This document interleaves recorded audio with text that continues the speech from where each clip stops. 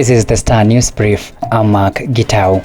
Auditor General Nancy Gathungu has flagged irregular and unexplained spending in excess of 15 billion Kenyan shillings, exposing a massive financial mess in the Kiambu government.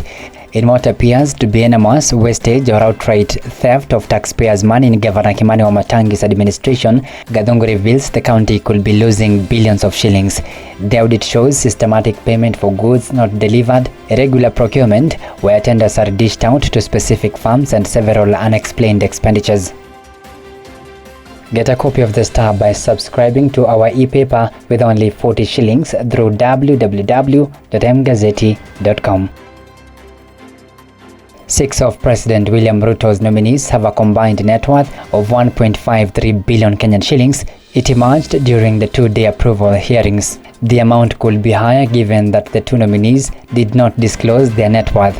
The two are former Vice Chief of Defence Forces Lieutenant General John Mwangi and ex-LSK Vice Chairperson Caroline Kamenda Daudi. National Assembly's Defense, Intelligence and Foreign Relations Committee has been vetting the nominees, some who are former politicians, to ascertain their suitabilities to represent Kenya in various countries. A suit in which gender CS Aisha Jumwa is facing insolvency proceedings has been referred to mediation. Jumwa has been sued by Beverage Furniture Limited, who wants her declared bankrupt for failing to pay 60 million Kenyan shillings debt for the purchase of a house in Nairobi's upmarket Ronda Estate. Jumwa identified the palatial home and signed a sale agreement for the property in March last year for 215 million Kenyan shillings. Because she could not get a bank loan of 145 million Kenyan shillings, she asked the seller to split the amount into two. The seller agreed and made the variation.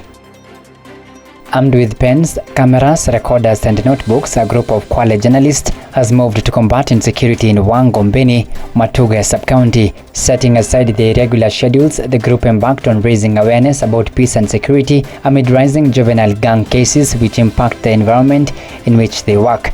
The gangs comprise youth aged 9 to 35 years. Kwale has experienced a surge in insecurity over the last few months, with cases of panga cuts, mugging, burglary, theft and vandalism leaving residents terrorized.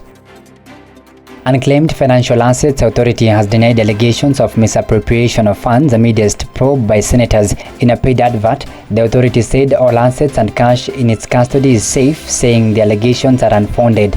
The authority has financial assets worth 31.5 billion Kenyan shillings. The cash, the agency explained, are deposited at the Central Bank of Kenya, unclaimed assets, trust fund account and invested in treasury bills and bonds. Get a copy of the Star by subscribing to our e-paper with only 40 shillings through www.mgazzetti.com.